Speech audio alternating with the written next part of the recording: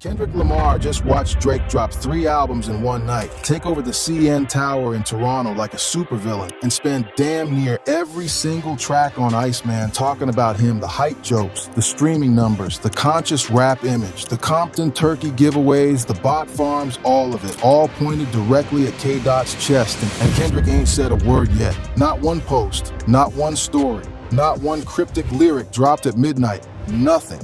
Absolute silence. And fam, that silence is the loudest thing in hip-hop right now, because the last time Drake came this hard and Kendrick went quiet, what came back rearranged the entire culture. The man sat back, let Drake and Cole do all the talking, and then dropped Euphoria, Meet the Grams, and Not Like Us, back to back to back, and turned Aubrey Graham from the biggest rapper alive into the most roasted man in the music industry. So when I tell you the streets are watching every single move right now, y'all need to understand exactly what we're standing in front of. Drake dropped Iceman on May 15th, 2026. He had been building to this moment for 2 whole years. 2 years of lawsuits getting dismissed. 2 years of watching Kendrick win 5 Grammys for a diss track about him. 2 years of watching Kendrick perform Not Like Us at the Super Bowl halftime show in front of 120 million people while the crowd screamed certified pedophile so loud the whole stadium shook. 2 years of sitting in silence while his legacy got discussed in past tense. So when Drake finally came back out, everybody thought, finally, this is the one.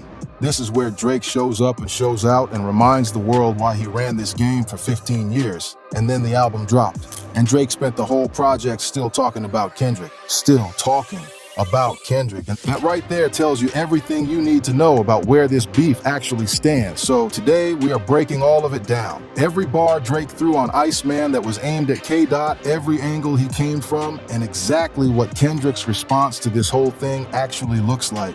Because trust me, fam, the response already happened. Y'all just didn't recognize it. Let me break it down for you. To understand why Iceman hits different, you gotta go all the way back. Not 2024, not like that. We going back to 2011, fam. That's when Drake and Kendrick were actually brothers in this thing. Kendrick Lamar, Compton kid, fresh off the XXL freshman list, nobody outside of the West really knew who he was yet, hopped on Drake's Take Care album in 2011 for a track called Buried Alive Interlude. Not a feature where he's rapping over a beat alongside Drake. A full interlude by himself on Drake's biggest album at the time. That's how much love was in the building. Drake was already a chart-topping superstar. Kendrick was the promising young homie from the West he was putting people onto. For 2 years after that, everything was love. These were peers. 2 of the most talented guys in their generation moving in parallel, building their lanes.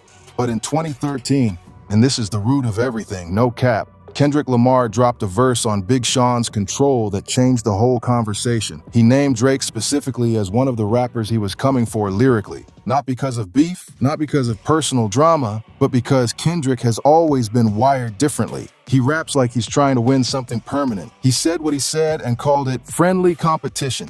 Drake didn't take it that way. Not entirely. You could feel the temperature shift in the energy between them from that point forward. For the next decade, every time somebody asked Drake about Kendrick, he'd say everything was cool. But anytime you really looked at the lyrics, the subliminals were always there. The tension was always simmering just underneath. Then 2023 happened. J. Cole and Drake dropped First Person Shooter, and Cole did something that, in hindsight, lit the longest fuse in hip-hop history. He called Drake himself and Kendrick Lamar the Big Three of modern rap. 3 kings, equal footing, sharing the throne. That's where Kendrick drew the line in the sand. March 2024, Kendrick Lamar jumps on Future and Metro Boomin's joint project with a record called Like That. And on that record, KDot looks directly at the camera and says, "Motherfuck the Big Three, Nadawal, it's just Big Me." Boom! The match was lit. But here's the real tea. Everybody thought Kendrick was just being competitive, just talking his talk. What nobody understood in that moment was that Kendrick had already decided this was war. Not a battle, not a rap beef where 2 guys trade bars for clout. An actual war where he intended to bury somebody's legacy in broad daylight. Drake came back. Of course, Drake came back. In April 2024, he dropped Push-Ups, calling Kendrick short, questioning his pen, talking his talk like always. Then Drake went even further and dropped Tailor-Made Freestyle. And this is where he made his first real mistake. He used AI-generated verses from Tupac Shakur and Snoop Dogg to body Kendrick. The Tupac estate came out immediately and threatened to sue him. They said, and I'm paraphrasing, that using Tupac's voice against Kendrick Lamar, somebody who had given nothing but respect to Tupac's legacy, compounded the disrespect. Drake had to pull the song down within days. Before the real battle even started, he'd already made an error that you can't walk back. But wait, it gets worse. April 30th, 2024. Kendrick Lamar drops Euphoria. 6 minutes and 13 seconds of Kendrick rapping like a man who has been waiting years to say something. He didn't come with a hook, didn't come with a melody. He just rapped, dissected Drake's persona, his culture vulture image, his relationship with black culture as a mixed kid from Toronto who built a career performing blackness for mainstream consumption. The internet lost its mind, but Kendrick wasn't done. May 3rd, 2024. 6:16 in LA drops, another diss. Kendrick was rolling now, fam. And Drake, to his credit, came back hard. Same day, May 3rd, Drake dropped Family Matters, 11 minutes long. He accused Kendrick of domestic abuse. He claimed Kendrick's creative partner, Dave Free, had biologically fathered one of Kendrick's children. He came at everything: the personal life, the image, the credibility. It was the kind of record that, if the allegations landed and stuck, would have been career-ending. 20 minutes later, 20 minutes, Kendrick dropped Meet the Grams. That's when everybody understood this was different. Kendrick had already written his response before Family Matters even dropped. He had anticipated every punch, and Meet the Grams was addressed. And this is the crazy part, not to Drake, but to Drake's parents, written like a letter to his family, accusing Drake of sex trafficking, raising the existence of a second secret child that Drake had allegedly hidden from the public. Pusha T had already exposed the first secret son, Adonis, back in 2018. Kendrick was saying there was another one. And then May 4th, 2024 arrived. Not like us. Certified lover boy, certified pedophile. That one line. Y'all already know it. But the whole song was a weapon. 4 minutes of Kendrick rapping over a DJ Mustard beat so infectious, so undeniably a banger, that even people who had never paid attention to rap beef were streaming it. It had a melody. It had a chant. It had a damn near festival energy to it. Drake had spent years building his brand as the most commercially dominant rapper alive, the guy who made the pop crossovers, the guy who made the meme records, the guy who turned street music into top 40 radio, and Kendrick beat him at his own game. He made a diss track that was more fun, more catchy, more quotable, and more radio play friendly than anything Drake had released in the same season. Drake tried to respond one more time. May 5th, 2024. The Heart Part 6. He denied the accusations. He claimed his team had fed Kendrick false information about the second secret child as a trap, and Kendrick had fallen for it. The internet was divided for maybe 48 hours. Then Kendrick performed Not Like Us at the Pop-Out, his own concert at the Kia Forum in Compton, and did it 6 times in one night. 6 times. LeBron James was in the crowd. The whole city of Los Angeles was in that arena. And just like that, the verdict was in. Drake had lost. The streets knew it, the culture knew it, and even the music industry's highest institution confirmed it, because at the 67th Annual Grammy Awards in February 2025, Not Like Us won every single category it was nominated for. Record of the Year, Song of the Year, Best Rap Performance, Best Rap Song, Best Music Video, 5 for 5, a diss track. And the Grammy goes to... Kendrick Lamar!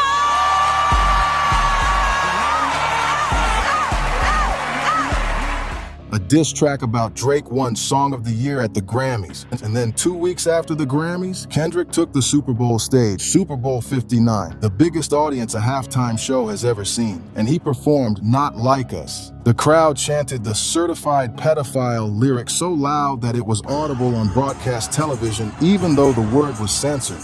Serena Williams, a woman Drake was publicly rumored to have dated, appeared as a dancer on that stage at the Super Bowl. As one music journalist from Complex put it, and I'm paraphrasing, the loss Drake took from Kendrick Lamar on a national and global stage is probably the biggest public loss any rapper has ever taken in a rap conflict. Period. That's the situation Drake was coming into when he made Iceman. Between that Super Bowl in February 2025 and the Iceman drop in May 2026, Drake stayed relatively quiet on record. He dropped a collab project with Party Next Door on Valentine's Day 2025 called Some Sexy Songs for You.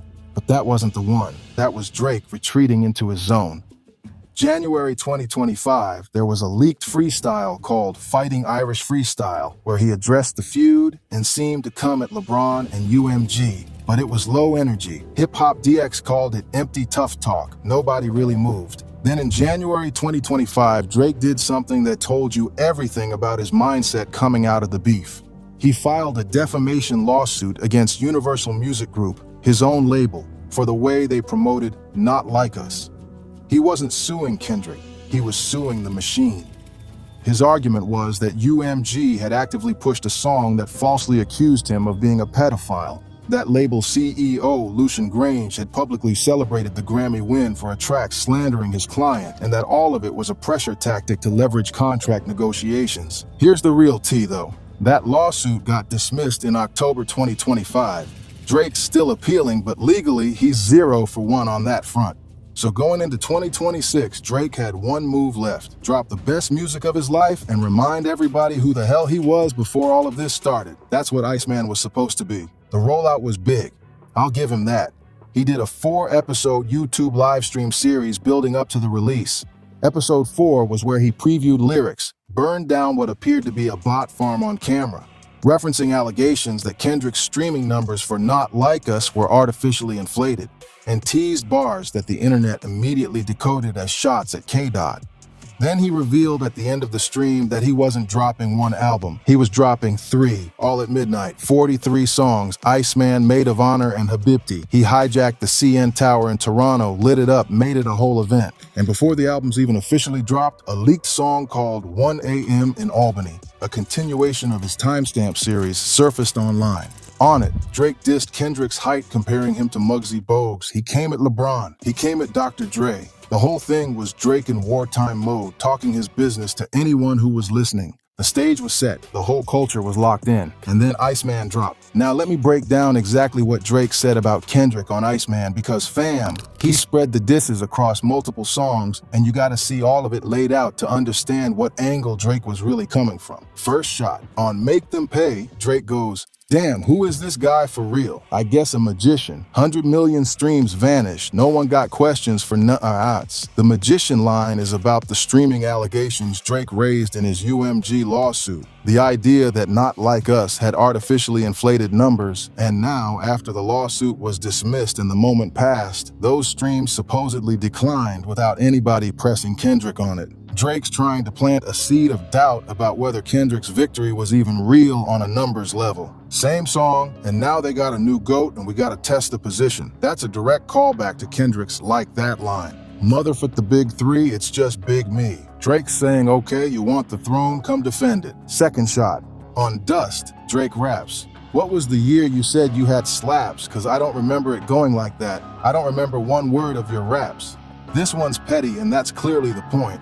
He's calling Kendrick musically irrelevant outside of the beef, like the diss tracks are all he has and the actual body of work doesn't hold up. Coming from the man who lost the Grammy to one of those diss tracks, this line was always gonna get laughed out of the room, but Drake said it anyway. Third shot, height jokes, multiple tracks. The Muggsy Bogues line on 1 a.m. in Albany. Muggsy Bogues dunked for once. Even I'm a bit amazed. Someone give the kid a raise. Muggsy Bogues is famously the shortest player in NBA history. This is Drake calling Kendrick short and acting impressed that someone as small as KDot even managed to land a hit. And look, Drake has gone to the height well before. Push-ups in 2024 had the same energy. The fact that he's still reaching for that same bar 2 years later tells you something. Fourth shot. And this one is the most interesting. Drake came after Kendrick's conscious rapper image. During episode 4 of his live stream, he previewed a bar that hit different. White kids listen to you because they feel some guilt, and that's how your soul get fulfilled, handing out turkeys on camera inside of your hood, then you go back to the hills. Let me say that again. White kids listen to you because they feel some guilt. Drake is attacking the authenticity of Kendrick's activism and community image, saying his fan base is mostly guilty white liberals, not the black community he claims to represent, and that his charity work is performative clout rather than real love for Compton. That's a calculated bar. That's aimed at the foundation of what makes Kendrick Kendrick, his credibility, his identity as a voice for the culture. But here's where it gets crazy. Drake saying Kendrick's base is mostly white guilty liberals is arguably true, but coming from Drake, the mixed-race Canadian rapper who built his entire early brand on performing Black Southern culture, it doesn't land the way he wants it to. The internet clocked that immediately. You can't be the certified culture vulture and critique somebody else for their demographics, fam. That don't math right. Fifth shot, the caged owl reference. Drake raps, "The owl never sees the cage. The owl only wakes up to seize the day."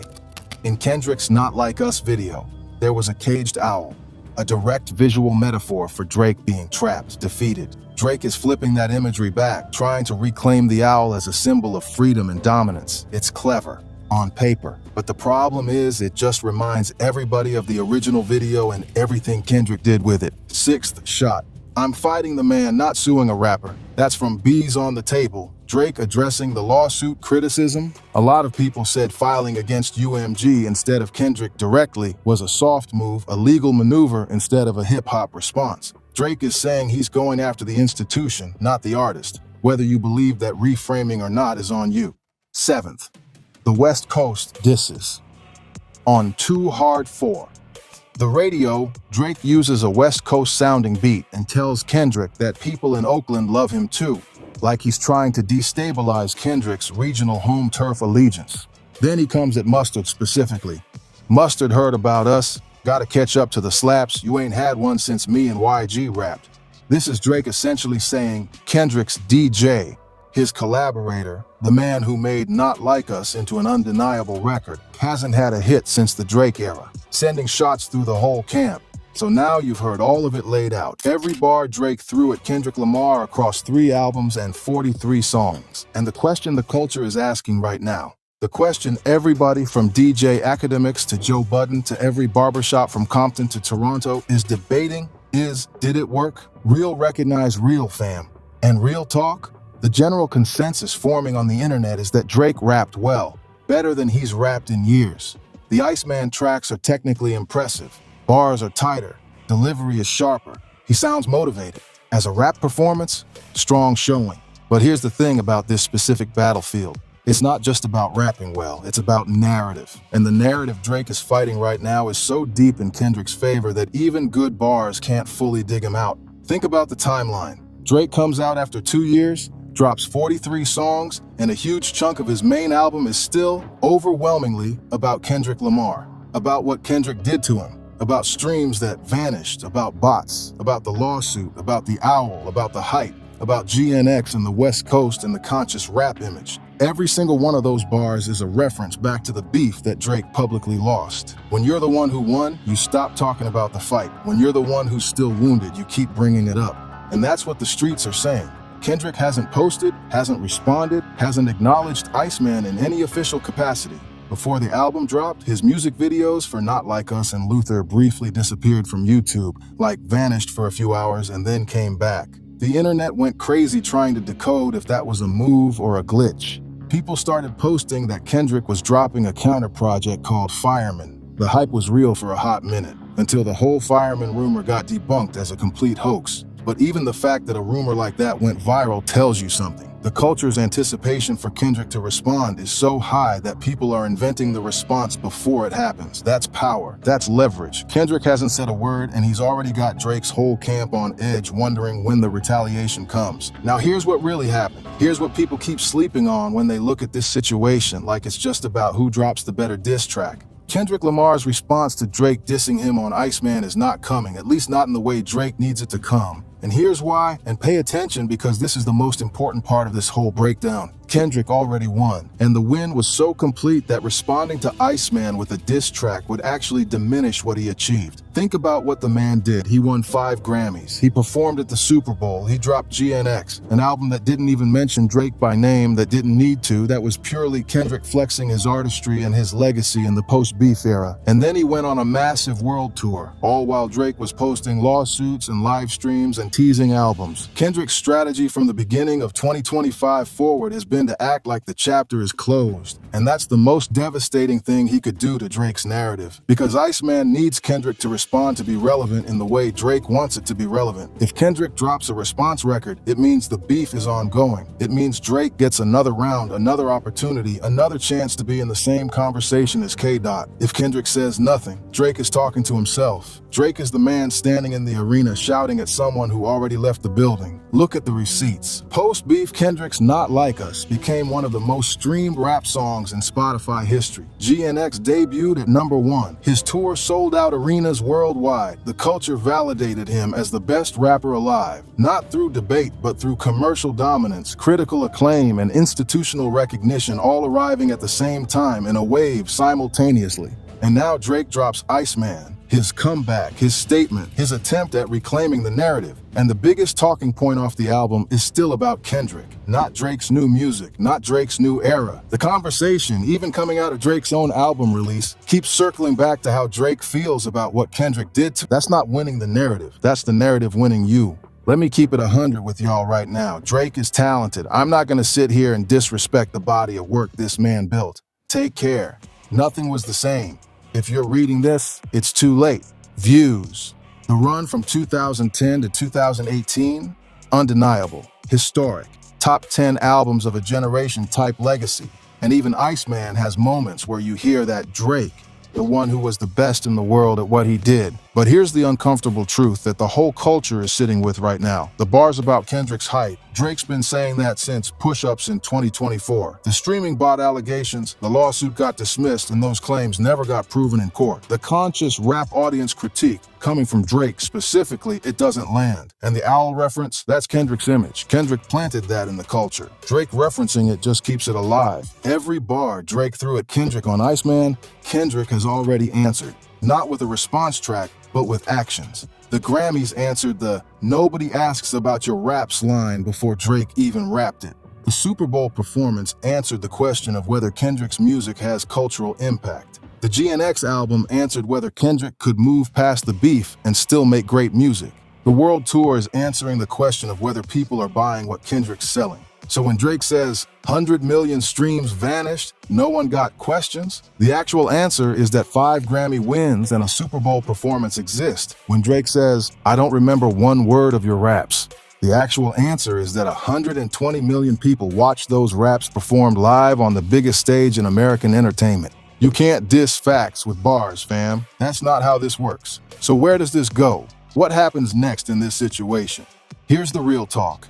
If Kendrick responds to Iceman, if he actually drops a record addressing Drake's dices directly, then 2 things happen. 1, the beef continues on Drake's terms, giving Iceman retroactive relevance it doesn't currently have on its own. 2, Kendrick has to top Not Like Us, Euphoria, and Meet the Grams all at once. That bar exists. He said it himself. Anything less than that level of destruction gets read as him falling off. But if Kendrick stays silent, Drake has to live with the fact that his most hyped album in years, his great comeback, his "I'm loading rebuttals" moment, generated less cultural conversation than Kendrick's absence did. The Fireman rumor, a completely made-up counter-album, got more internet buzz than half the actual Iceman track list combined. That's a problem. And I think, and this is my read on it, keep it 100. Kendrick's response is already happening, not in the form of a diss track, in the form of silence, in the form of not acknowledging it, in the form of the culture watching Drake reference him 17 different ways across his comeback album, while Kendrick is somewhere on tour or in the studio doing exactly what he said he was going to do when he performed at the Super Bowl: